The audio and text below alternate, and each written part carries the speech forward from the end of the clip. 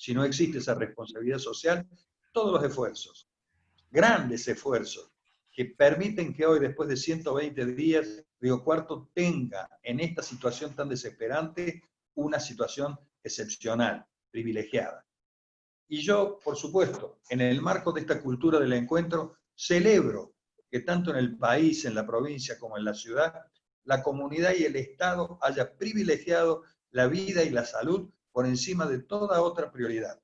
Miremos, si no, el ejemplo de otros países que no actuaron de la misma manera y que hoy están padeciendo tanto sufrimiento, tantos contagios y tantas pérdidas de vidas, lamentablemente por no haber puesto el acento, el eje en la defensa de la vida y de la salud. Sin embargo, debemos ser conscientes de tantos seres con los cuales tenemos que ser solidarios más que nunca porque la están pasando mal, porque no pueden trabajar, porque no pueden ganarse el sustento diario y sobre todo estoy hablando de los sectores más vulnerables de la sociedad.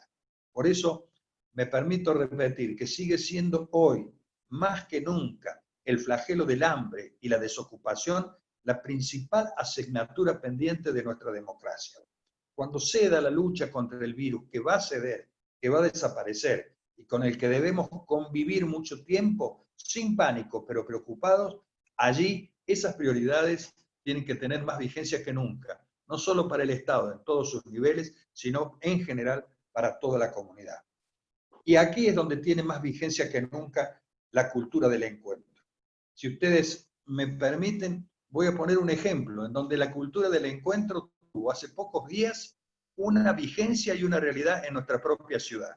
Y me refiero a la situación de aislamiento que tuvo que vivir gran parte de uno de nuestros barrios, el barrio Santa Rosa de Río Cuarto, que en función de un contagio y de una persona tuvo que ser aislada. Y yo acá quiero hacer honor a quienes trabajaron en el barrio para que la empatía, la solidaridad y la generosidad les permitiera a sus vecinos, a nuestros vecinos, soportar la angustia que vivieron durante esos días. Quiero referirme, por supuesto, al personal de salud, de seguridad, a los jóvenes, a los voluntarios que trabajaron incansablemente y sobre todo al padre Peter, al padre Catana, que, como dice nuestro Santo Padre, hizo realidad lo que siempre le pide el Padre Francisco, el Papa Francisco, a sus curas. Tuvo olor a oveja, y el olor a oveja es haber estado al lado de los vecinos, al lado de la gente, y al lado de ellos conteniendo sus lógicas angustias y sus lógicas situaciones de desesperación, de verdadera penuria como la que estaban pasando. Yo me permito también, en figura y en la presencia del padre Peter, del padre Catana, saludar a todos nuestros párrocos, saludarlo a Jorge Basso desde Cáritas, a párrocos que hace poco han tenido días, los días del día del párroco, que todos en sus parroquias trabajaron al lado de la gente. Por nombrar algunos, Jorge Felici en el Alberdi, el padre Carlito Junco o el padre Fernando Gómez, cada uno, como tantos, como todos los de la diócesis, que trabajaron firmemente poniéndose hombro a hombro, codo a codo, con cada uno de sus vecinos para contenerlo. Y ese es, si me permiten el atrevimiento, el recuerdo de la palabra que el Papa le dijo a sus sacerdotes. Pónganse y quiero que tengan olor a oveja. Más que nunca está vigente esa aseveración de nuestro Santo Padre. Y también otra aseveración de nuestro Santo Padre, cuando en el Encuentro Mundial de los Jóvenes, en Río de Janeiro, le dijo a los jóvenes, jóvenes, hagan lío. Y el hagan lío que le dijo a los jóvenes es hacer lo que están haciendo, ponerse al lado de la gente, asistirlos, estar en la ruta ayudando en los controles con el frío y las inclemencias del tiempo, o haber estado en el barrio de Santa Rosa, al lado de esos vecinos, también ayudando y asistiendo. Ese es el hagan lío que realmente nuestra juventud en su gran mayoría tomó como propia y lo demostró en situaciones tan angustiantes como la que estamos viviendo. Ese es un caso claro y típico de cultura del encuentro que vivimos acá en Río Cuarto. Y no puedo dejar también de mencionar como ejemplo de la cultura del encuentro lo que ha pasado hace pocos días en nuestro país, en donde más allá de las diferencias, de las discrepancias, se afrontó en su conjunto y en unidad el problema de la deuda externa. Un problema de la deuda externa que parece ajeno, pero que tiene mucho que ver con el bienestar y con la vida de cada una de las familias argentinas, porque puede ser el primer paso para una recuperación real de una economía que se encuentra devastada y agobiada. Ahí también no puedo dejar de mencionar aquel encuentro que el Santo Padre promovió en silencio y sin tanta estridencia cuando juntó a la presidenta del Fondo Monetario Internacional, la señora Cristalina, creo que ese es el apellido, y al ministro de Economía de la Argentina, Guzmán, y allí, bajo sus sabios consejos, dio pie para que se iniciara un proceso de reestructuración de deuda que felizmente terminó con el acuerdo que ahora nos permite a nosotros tener un comienzo, no el final, un comienzo de recuperación donde toda la comunidad está demostrando en los acuerdos que superamos o somos capaces de superar por esa cultura del encuentro lógicas diferencias que tenemos.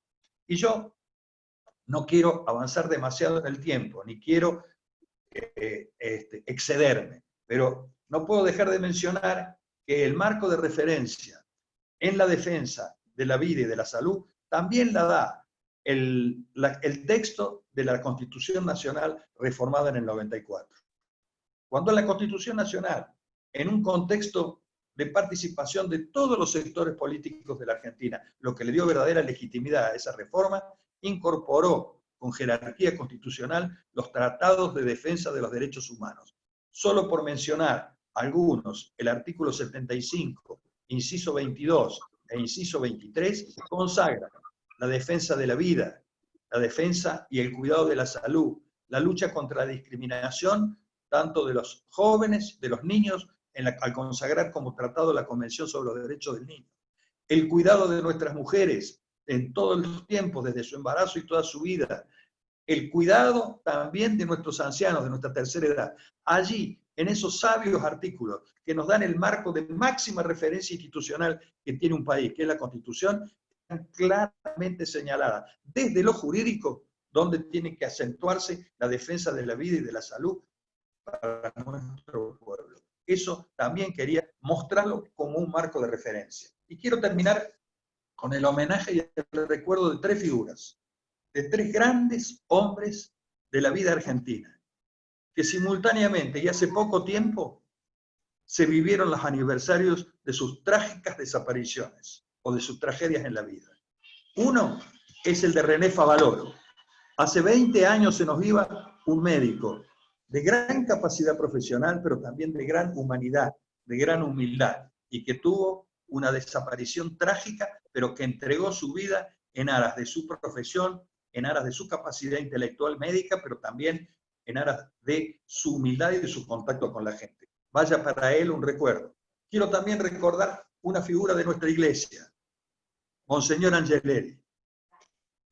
En julio del 76 fue asesinado por la peor dictadura genocida que sufrió la Argentina. Yo tuve el orgullo y el honor de conocerlo cuando estaba terminando mis estudios en la Universidad Católica de Córdoba y Monseñor Angeleri, obispo entonces de La Rioja, nos venía a dar charlas. Pude comprobar y luego, por supuesto, también saber de su dedicación y de estar, y de por estar al lado de los perseguidos y los humildes, sufrió el asesinato tan cruel en manos de la dictadura. Y finalmente, quiero recordar también a una gran figura de la civilidad argentina, quizás uno de los mejores ministros de salud que ha tenido nuestra patria.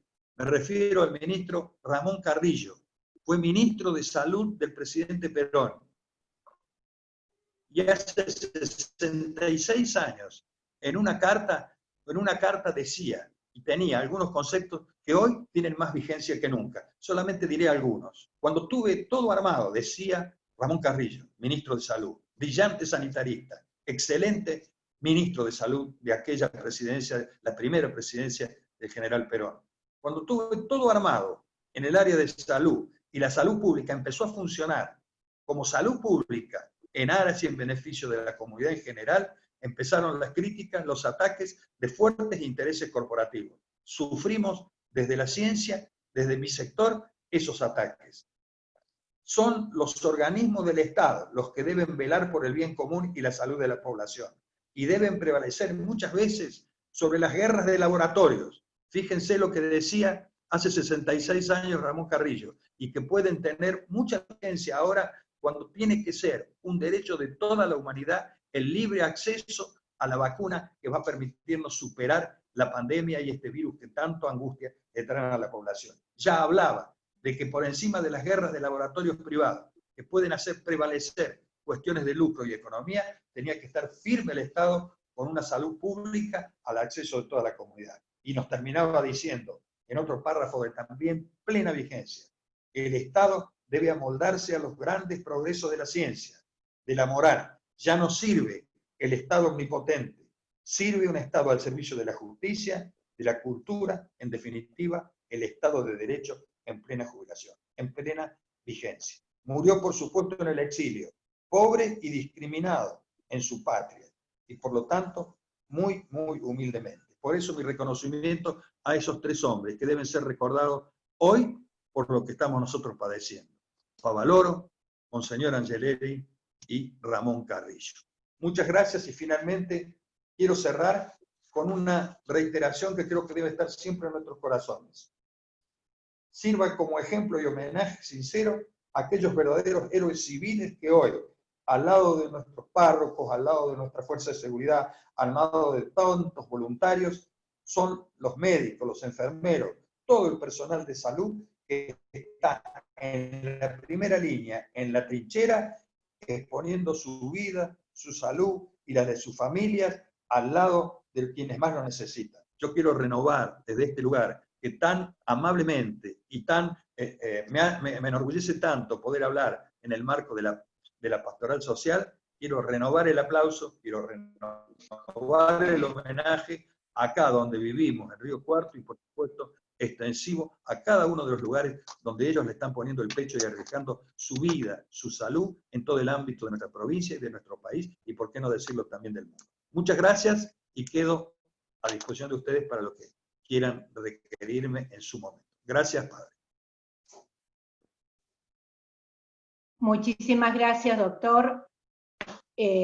Ahora quiero explicarles un poquito el tema del mecanismo, que es con preguntas. No sé si está habilitado el YouTube, pero si no por el chat acá de Zoom. Todo el que tenga preguntas, vamos a esperar a finalizar la segunda ponencia y después esperamos que participen todos, así lo hacemos más ameno y más participativo. Así que bueno, ahora vamos a continuar con la segunda ponencia a cargo del padre Jorge Basso, que va a exponer sobre la caridad, el ADN de Jesús. Le damos la palabra al padre Basso. Bueno, muchas gracias, Marisa. Gracias, Chachi, también por tu exposición. La idea de hablar de la caridad tiene que ver con qué es el ADN de Dios, ¿no? Si se pudiera decir de esta manera. La primera carta de San Juan dice que Dios es amor, y los mandamientos principales de la experiencia cristiana es el amor a Dios y el amor al prójimo como a uno mismo. Por eso creo que llamarle ADN de Dios al amor es lo mínimo, ¿no? Quería decir también que la reflexión en torno al amor y a la caridad a lo largo de la historia de la Iglesia es abundante. El Papa Benedicto XVI, hace unos años atrás, hablaba del amor bajo dos modalidades que se complementan y no existen la una sin la otra, que es la experiencia del eros y el ágape. El Papa decía que el amor sin verdad se vuelve caprichoso y la verdad sin amor puede ser hiriente, ¿no? Por eso es muy interesante poder reflexionar el amor cristiano, la caridad cristiana, no solo desde una perspectiva horizontal y humana, sino también desde esa perspectiva trascendente que le da origen y a la cual también se dirige, ¿no? La palabra solidaridad está inserta en lo que es el vocabulario de la doctrina social de la Iglesia desde hace muchísimo tiempo, y ese lenguaje de la solidaridad nos permite poder hablar como Iglesia con todos los sectores de la sociedad y todos los sectores de pensamiento, ¿no? Porque la solidaridad aparece como la capacidad de juntarse con el fin de ayudar a los demás, especialmente a los más débiles.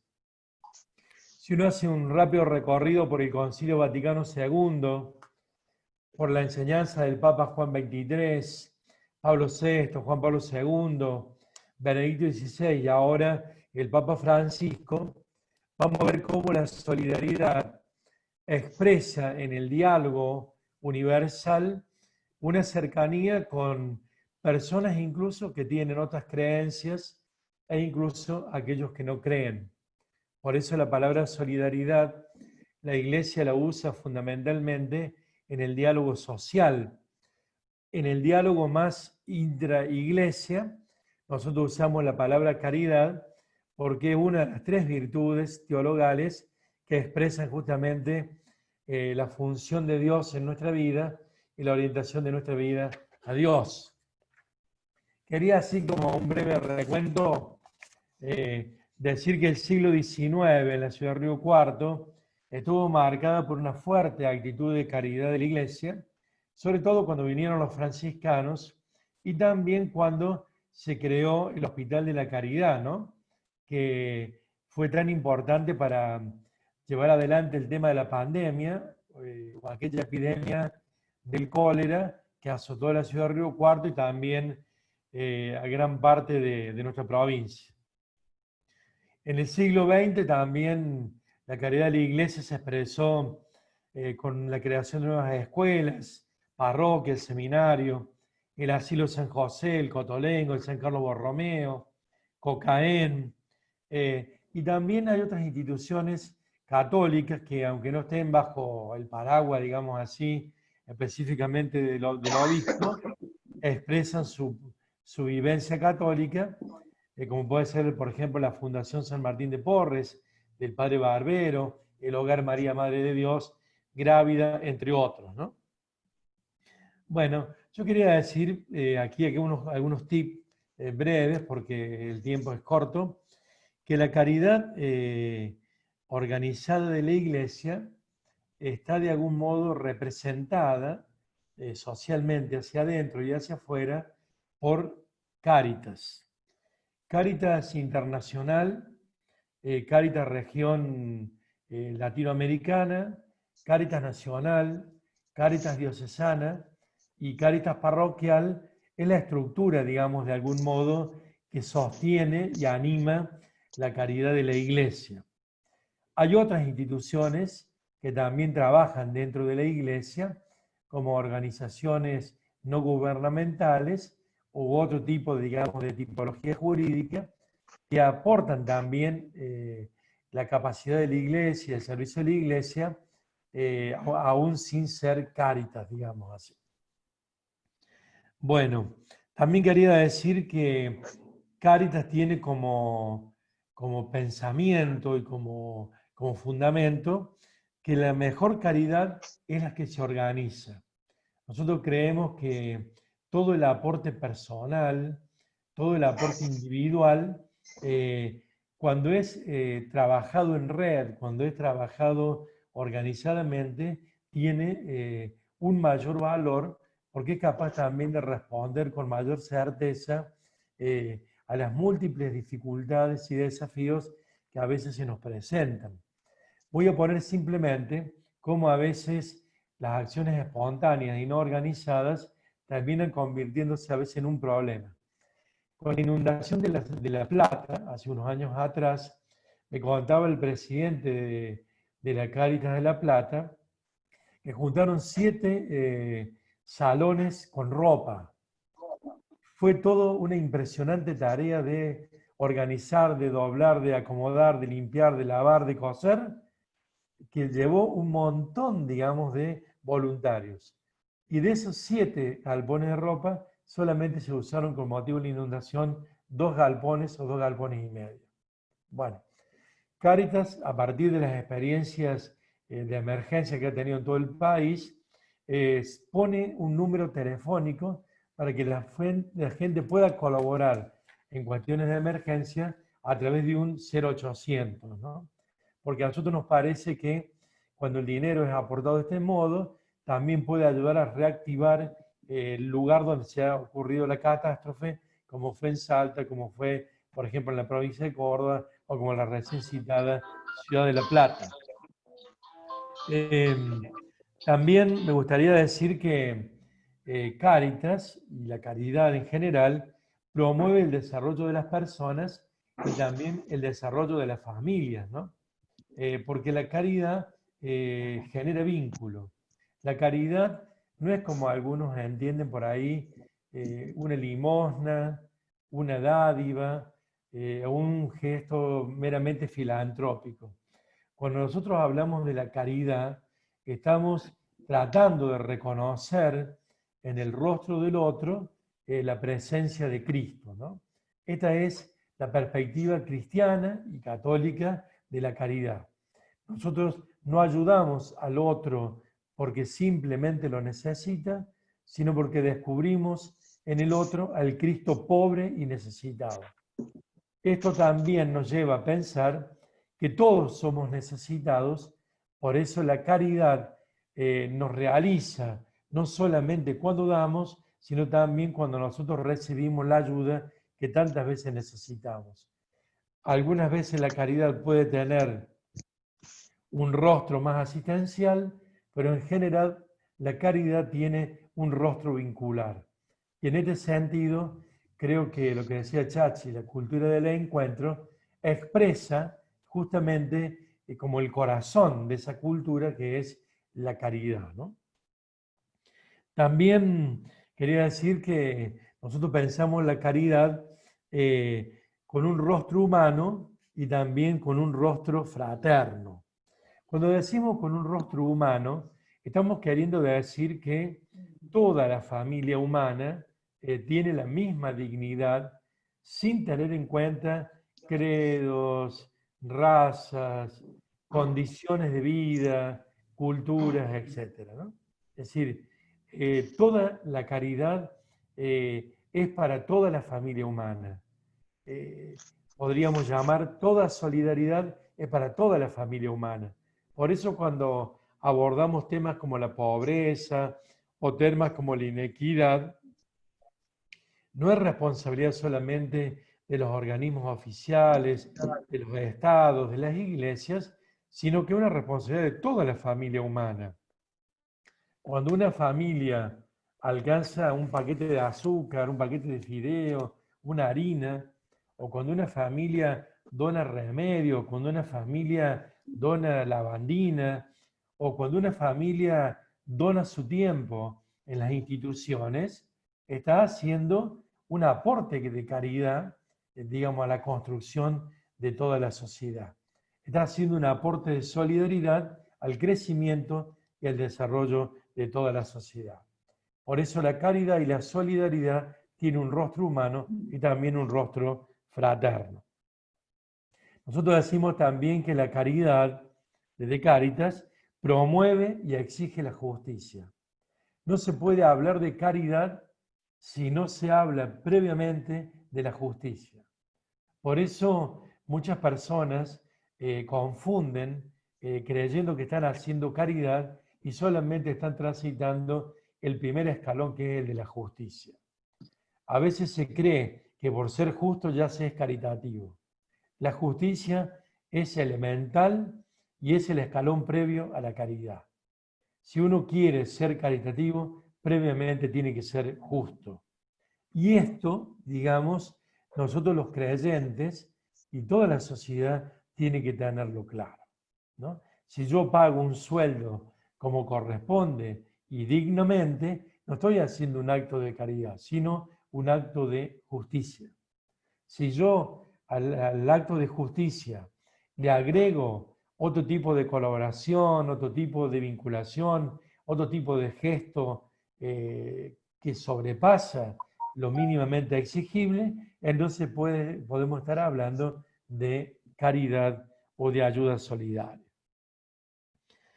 Quería decir que me parece que también el Estado, las distintas áreas del Estado, necesitan, me parece, reflexionar, no es que no lo hagan, pero me parece que tendría que ser como algo habitual en la reflexión, todo el tema de la solidaridad desde una independencia, ¿no? La solidaridad como un gesto del Estado que promueve y busca el bien común, independientemente de las etapas que esté transitando la política, ¿no? Las cuestiones electorales, las cuestiones individuales de cada candidato, y lo digo de modo respetuoso porque realmente lo pienso así. El Estado necesita profundizar la reflexión sobre la solidaridad y también tenerla vigente en todos los momentos de su curso y de su búsqueda del bien común. Obviamente que cuando hay situaciones particulares, como son elecciones y este tipo de cosas, también la gente a veces confunde un acto solidario con un acto electoral. Y me parece que en esto también una ciudadanía madura debe discernir claramente cuando se está trabajando por el bien común, más allá de la situación electoral o no que se viva en el país, y que uno pueda distinguir lo que es simplemente una cuestión electoral de lo que es el trabajo constante por el bien común. Yo apelo al discernimiento social, al discernimiento eclesial y al discernimiento también del Estado, porque esto me parece que es una cosa muy importante para la esperanza de nuestro país y del mundo. No sé cuántos minutitos haceme, Marisa, cuántos minutitos me faltan con los deditos para estar, digamos, cerrando. ¿5 minutitos? Bueno, aguanten 5 minutitos que ahí termino. No, quería decir también que la caridad ilumina y trasciende las coyunturas sociales y culturales y muestra que la humanidad está en manos de Jesucristo, que es el Señor de la historia. La caridad seguiría vigente aun cuando el hambre hubiera caducado, aun como si todo estuviera ordenado, sería necesaria la caridad, porque en la caridad se refleja lo más hondo de la humanidad y se refleja también lo más hondo de la fe cristiana y católica, ¿no? Quienes acusan a la Iglesia de hablar siempre de la caridad cometen contra la Iglesia no pocas veces una tremenda injusticia, porque se confunde el servicio que la Iglesia realiza hacia los más necesitados con una mirada muy sesgada y no pocas veces intrascendente, ¿no? Por eso la Iglesia, y así comencé este breve comentario, la Iglesia tiene como ADN la caridad. Y también como Iglesia debemos mejorar nuestra propuesta y debemos mejorar también nuestro discurso, ¿no? Porque muchas veces se confunde caridad con limosna. Muchas veces nuestra gente de fe confunde caridad con justicia, como decía recién. Muchas veces confunde caridad con, siempre están hablando de los pobres. El Papa Francisco en el año 2019, cuando habló con la FAO, recordaba que hay 820 millones de personas en el mundo que no tienen asegurada su alimentación diaria. Y por otro lado, en el mismo platillo ponía a 700 millones de personas que en el mundo desarrollado y más rico sufre de sobrepeso. Y el Papa dice que la alimentación no es solamente una cuestión económica, sino una cuestión humana y simbólica. Porque el ser humano necesita alimentarse con un espíritu de nutrición y también con un espíritu fraterno. Eso evitaría que 1/3 del alimento disponible en el mundo se tire y se derroche, como el Papa le dijo en las 7 intervenciones que tuvo desde el 2013 hasta el 2019 al organismo de Naciones Unidas, la FAO. Lo último que quería decir, y así termino, que la política es para la doctrina social de la Iglesia la expresión más alta de la caridad. Santo Tomás Moro, patrono de los políticos y de los gobernantes, y también inspirador de algún modo de la doctrina social de la Iglesia, decía: el hombre no puede ser separado de Dios ni de la política, porque ese es su actuar moral. Para terminar, digo esto de las bienaventuranzas que escribió el cardenal Francisco Bantuán, preso político en Vietnam durante 13 años. Cuando él es liberado de la cárcel, escribe las bienaventuranzas, y esto sería casi el final de mi exposición. Bienaventurado el político que tiene una alta consideración y una profunda conciencia de su papel. Bienaventurado el político cuya persona refleja credibilidad. Bienaventurado el político que trabaja por el bien común y no por su propio interés. Bienaventurado el político que permanece fielmente coherente. Bienaventurado el político que realiza la unidad. Bienaventurado el político que está comprometido en llevar a cabo un cambio radical, no político, digamos, no radical en sentido partidario. Bienaventurado el político que sabe escuchar. Y termina diciendo: bienaventurado el político que no tiene miedo. La política, animada por la caridad, se convierte en servicio a la comunidad y en ayuda a los hombres.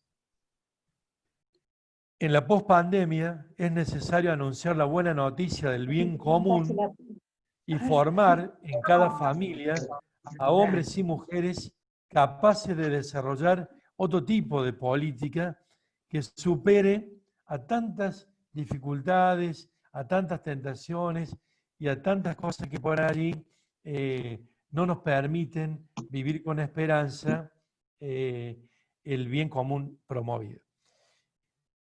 Y finalmente, la caridad necesita ser transparente. Este es un punto que Cáritas Argentina y Cáritas Argentina Río Cuarto en particular tienen en cuenta, ¿no? Todo lo que la gente dona tiene que responder concretamente a la intención del donante. Esto supone que si una familia, una persona, una institución en red que trabajamos dispone la donación de tal dinero para alimentos, eso tiene que ser necesariamente aplicado a alimentos. Si eso está destinado, por ejemplo, a becas que tiene Cáritas, tiene que ser aplicado a becas. Por eso, la caridad, para que sea verdadera, además de justa, también tiene que ser transparente. Bueno, le agradezco la paciencia y quedo a disposición. Bueno, muchísimas gracias. Excelente ponencia. Es un cuestionamiento realmente. Esta es nuestra misión, ¿no? En cuestionarnos que realmente toda esta incertidumbre y esta realidad nos trae a que tenemos que cambiar, a que tenemos que ser, como dice el padre, más caritativos. Tenemos una pregunta para el padre Basso, que es esta: si estuviera todo bien en la humanidad, ¿la caridad debería estar presente, ya que la vulnerabilidad del ser humano también siempre será una realidad? Sí, como dije recién, la caridad estaría presente aún cuando no hubiera pobreza en el mundo, porque la caridad es fundamentalmente vínculo. La caridad es fundamentalmente humanización. La caridad es fraterna, ¿no? Por eso, si uno pudiera no tener pobreza, tendríamos que tener como horizonte que la fraternidad es superior a la pobreza y es superior también a otro tipo de propuestas, ¿no? Muy bien, muchas gracias. A ver si tenemos otra pregunta.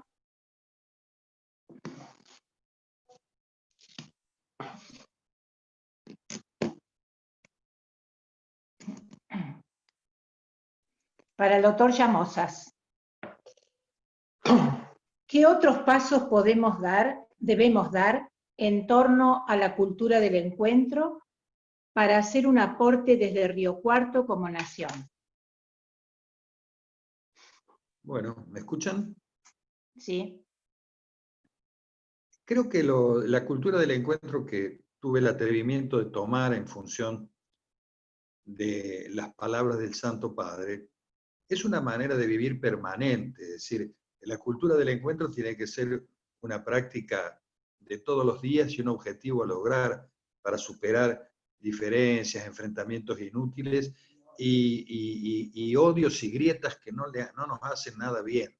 Yo lo apliqué a dos ejemplos concretos, puntuales, en esta situación excepcional que vivimos de la pandemia.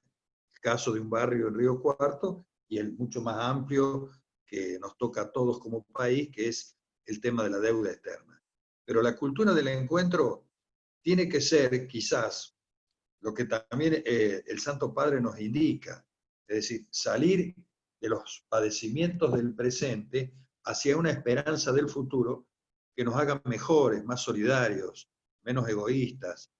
Es decir, en la nueva normalidad logremos entre todos y a través de la cultura del encuentro, aplicada a todos los ámbitos, al ámbito de todos los días, al ámbito de las relaciones sociales, al ámbito profesional, al ámbito gremial, empresario, hacernos a todos menos egoístas, menos individualistas, más cerca del prójimo. Es decir, estas actitudes de solidaridad, de empatía y de generosidad que se ven hoy en esta situación excepcional de la pandemia, tienen que, y todos tenemos que hacer el esfuerzo con nuestros pastores, con nuestras familias, con nuestras relaciones de amistad, para que se mantenga en el tiempo como una forma de vida, como una manera de tratar de sacar o de salir de una situación tan angustiante, mejores y, por supuesto, más solidarios, más humanos. Es decir, eso me parece que es el aporte, no está aplicado solamente para que se agote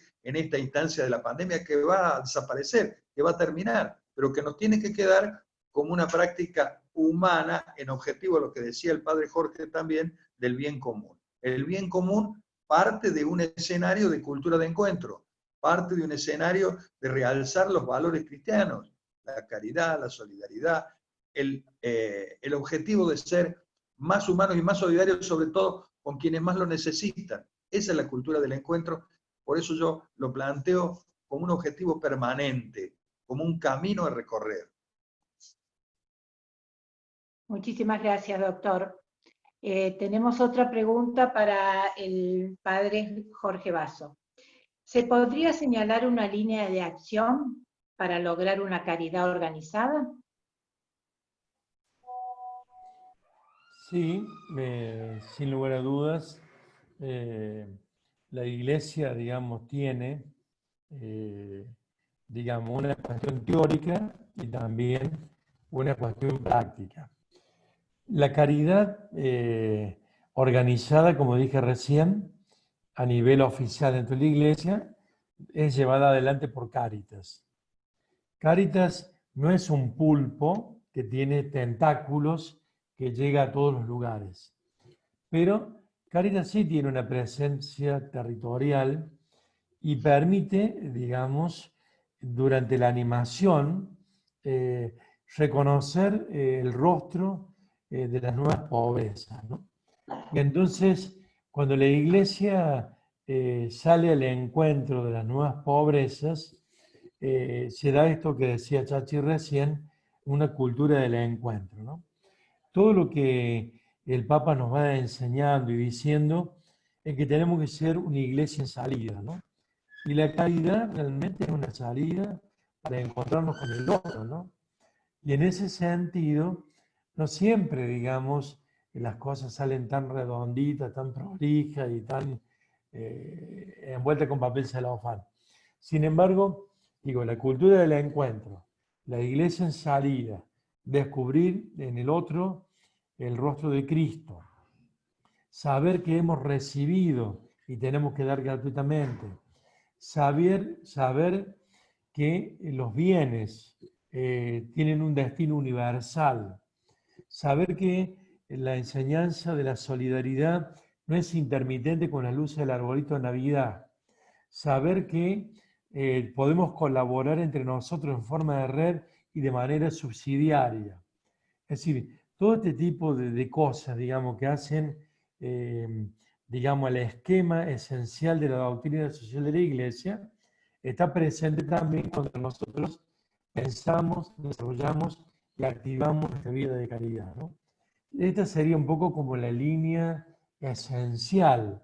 Obviamente que después, en cada territorio, a veces ocurren cosas distintas, porque el encuentro con la gente es el encuentro también con culturas particulares, ¿no? Entonces, en algunos lugares, la caridad aparece como apuntando al tema educativo, en otros lugares aparece como apuntando al acompañamiento de las personas con problemas de adicción, en otros lugares aparece como ayudando en la construcción de las viviendas, en otras oportunidades aparece como poniendo en alto el concepto del bien común y trabajando para que esto ocurra. Es decir, los principios de la doctrina social de la Iglesia son también tenidos en cuenta cuando uno habla de la caridad. Porque la caridad no es una cuestión teórica, sino que es una cuestión vincular con Dios y con el hermano. Por eso, quien dice que conoce a Dios y no ama al hermano, dice San Juan, es un mentiroso. Y ahí digo, no hay vuelta. Muchas gracias. No sé si hay alguien que quiera hacer algún aporte relacionado con las ponencias. Lo escuchamos.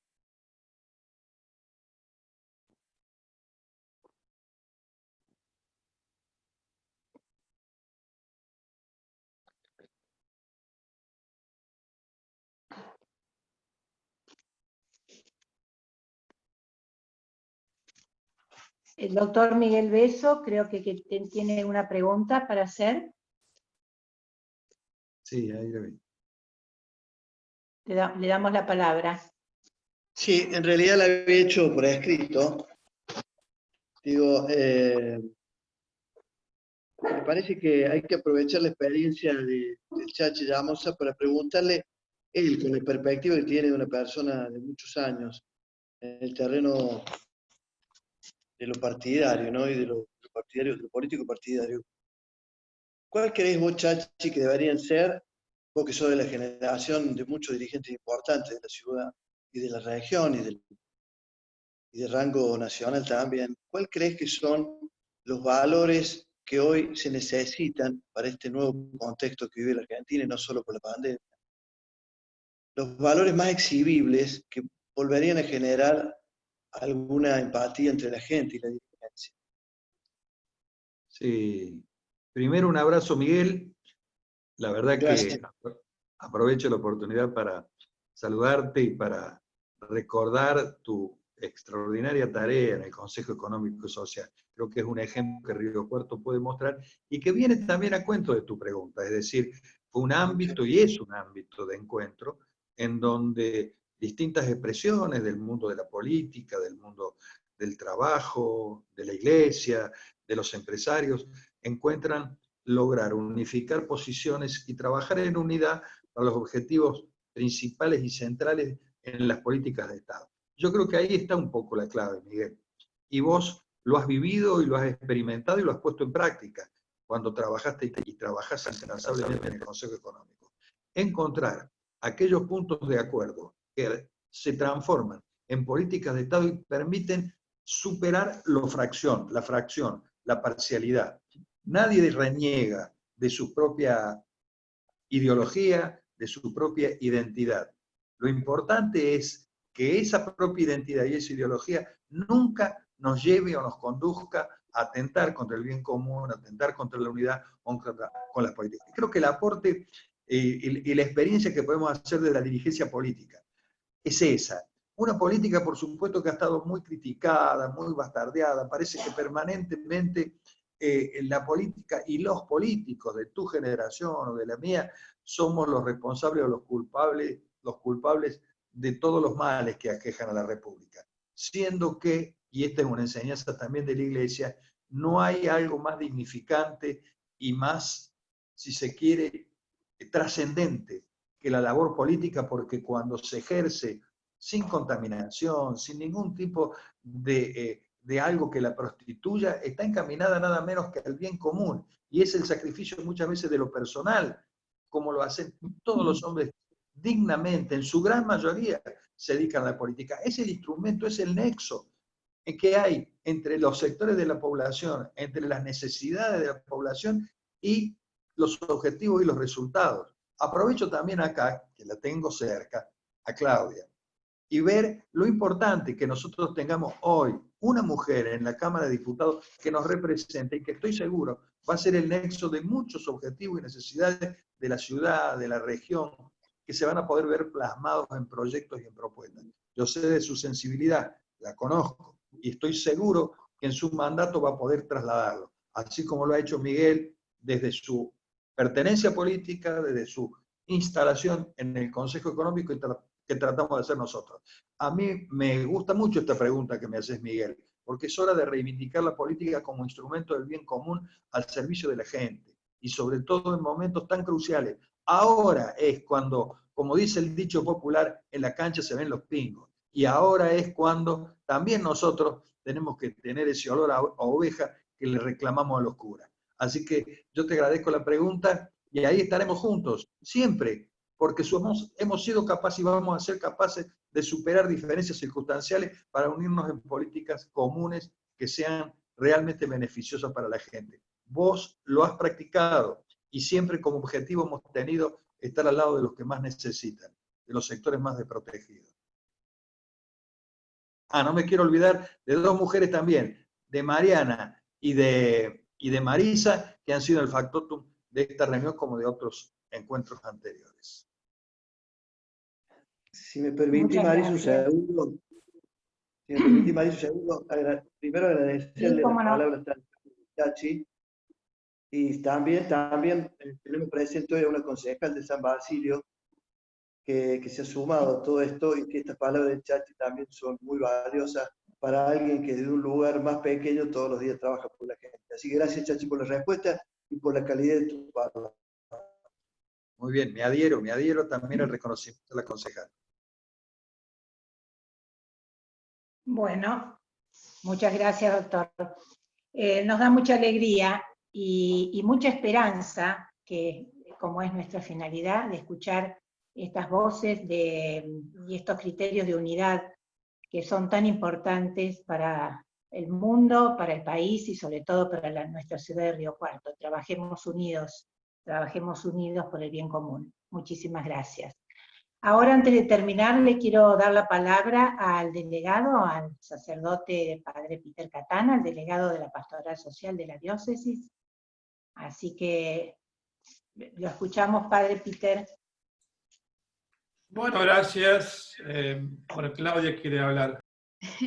No, simplemente un comentario, porque iba notando muchas cosas.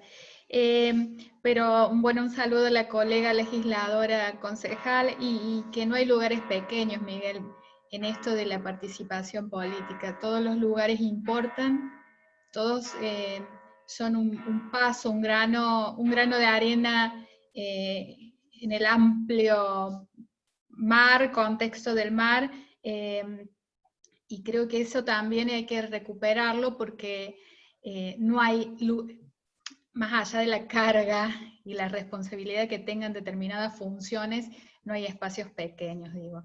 Eso me parecía que un poco acorde a todo lo que veníamos diciendo, porque lo que atenta contra a veces el trabajo hacia el bien común, me parece que es esto de ponerse un traje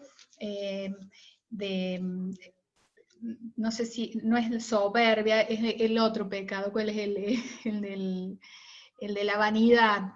¿no? Y poder despojarnos de la vanidad es lo que va a hacer también que uno, y desde la humildad en el trabajo que uno hace, poder estar atentos a las necesidades y contribuir al bien común. Muchas gracias. No sé si hay algún otro aporte. Bueno, entonces le damos la palabra al padre Catana. Bueno, muchas gracias. En primer lugar, gracias a los expositores de hoy. Creo que es una hermosa experiencia. Hoy se habló tal vez más concreto de la realidad, de la vivencia. Chachi tiene una amplia experiencia política en Río Cuarto, él fue uno de los factores de la vuelta a la democracia. Creo que el pilar que fundaron con el Chicharra en el año 83 sirvió para las futuras generaciones. Así que gracias por eso. Y también a Jorge Luis por toda la tarea que hace en Cáritas, en COCAEN. Así que es una tarea realmente comprometida. Y uno puede descubrirla y verla desde este punto de vista también, pensando lo que uno hace y haciendo lo que uno piensa. Hoy terminamos este ciclo con muchas imperfecciones, a veces técnicas. Hemos tenido que aprender el Zoom, a conectarnos con YouTube. O sea, hoy dejé el YouTube para el último, al final no se conectó y en plena charla de exposición de Chachi se me cortó internet, así que fue el teléfono. Algunas cosas que pasan en la tecnología. Yo les doy gracias a ustedes por participar, por compartir. Como lo ha dicho muchas veces Miguel en charlas informales, también en este lugar, la pastoral social también quiere ser un espacio de diálogo, de pensamiento, y como nos pide el Papa Francisco, tenemos que preparar el futuro. Entonces, esto intenta hacer la pastoral. Yo veo con alegría que el Papa Francisco ha comenzado las catequesis de los miércoles a hablar de la pandemia. Por eso les invito a que sigan las catequesis de los miércoles. Y para terminar, la última, queremos seguir con esto, tal vez llegando a más personas, ampliando horizontes. El mes de septiembre es el mes del medio ambiente, por eso queremos también, en septiembre vamos a hacer algunos conversatorios, charlas o encuentros sobre el medio ambiente. Bueno, pedimos a Jorge que nos dé la bendición y muchas gracias a todos, el equipo de Pastoral Social, a los que han expuesto, al amigo Luis Martínez de Villa María, que ha estado en 2 encuentros, a los expositores anteriores, a Claudia, que también ha estado, a Chachi, que tuvo los 3 encuentros firmes. Así que gracias a todos y que siga haciendo esto un espacio de diálogo. Jorge, recibimos la bendición. Bueno, con el corazón puesto en Jesús y en los hermanos, pedimos la fortaleza para la vivencia de esta pandemia con un sentido solidario y que Jesús nos ayude a tener esperanza para que la salida nos encuentre también empujando a todos del mismo carro y en la misma dirección. Que la providencia de Dios nos acompañe y que todos podamos poner nuestro esfuerzo para salir adelante. Que Dios nos bendiga en el nombre del Padre, del Hijo y del Espíritu Santo. Amén. Muchas gracias a todos. Gracias. Gracias. Muchas gracias. Gracias a todos. Felicitaciones, padre Catana.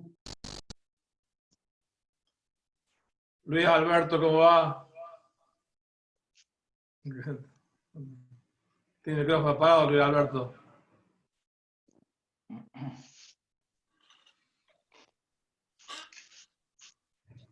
Tiene el micrófono apagado, Luis.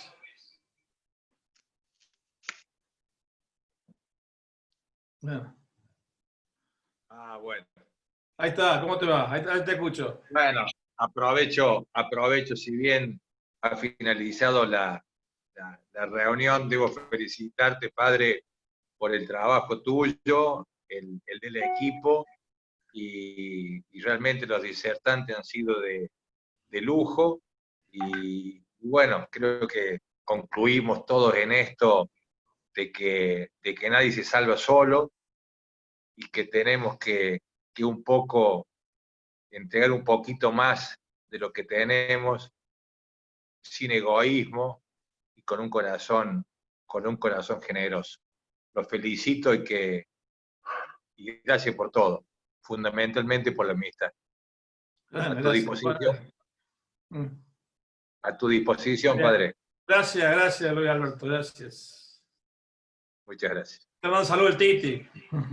Ah, bueno, sí. Bueno, Un gusto. gracias a todos. Chao, padre. Chao.